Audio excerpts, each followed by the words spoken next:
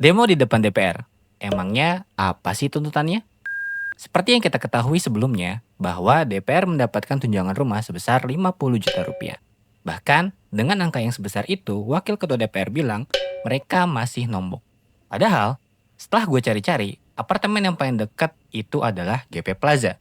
Dan sewanya adalah 10 juta per bulan. Dan itu bener-bener deket cuy. Lu lihat sendiri dah. Gue juga nemu sih rumah yang 325 juta per tahun.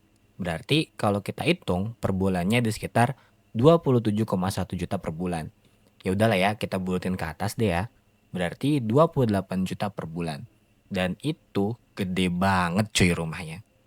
4 kamar tidur, 4 kamar mandi. Luas tanahnya 430 meter kuadrat. Emangnya rumahnya harus gede ini ya? Dan ini masih belum 50 juta cuy. Tapi kan bang, ada listrik dan lain-lain. Duh, lu lihat nih ya rinciannya.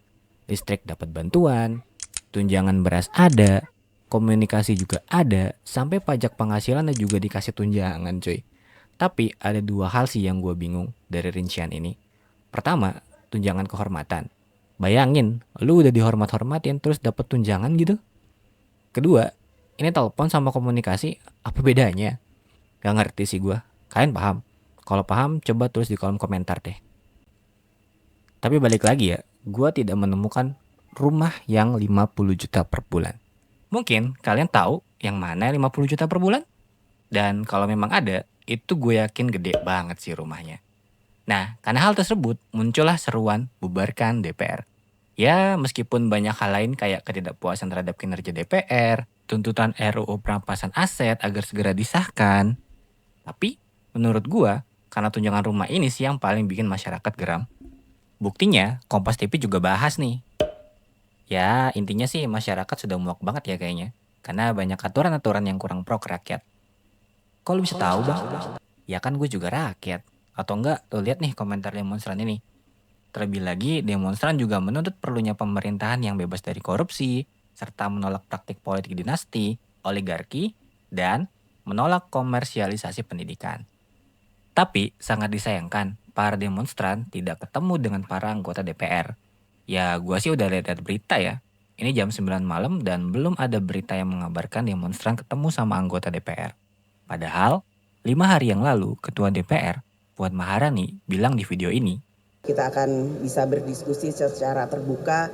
Itu ada di menit ke 4.252. Lu lihat sendiri dah di videonya. Karena dari tadi gue juga nggak play karena takut kena copyright. Ya harap dimaklum ya, Mimin Obito pengangguran masih newbie editnya. Terlebih lagi nih ya, di luar gedung parlemen kan lagi pada demo ya. Nah, anggota DPR yang di dalam lagi rapat kan. Dan dia bisa-bisanya bilang kayak gini. Nah, ini mengingat situasi terus bergulir di luar, ini yang kami khawatirkan kalau kita terlalu lama, nanti akhirnya sulit kita keluar dari kompleks parlemen, gitu. Kocak ya, bukannya nemuin yang demo, malah mikirin pulang. Kalau kata netizen sih, kayak bocah sekolah, belum kelar udah minta pulang. Gaji gede, kerja malah mikirin pulang. Ya udah, segitu aja ya. Ini kayaknya udah panjang banget. Kalau kalian suka dengan video ini, jangan lupa like dan subscribe agar Obito pengangguran makin semangat lagi bikin videonya. Sampai jumpa di video berikutnya.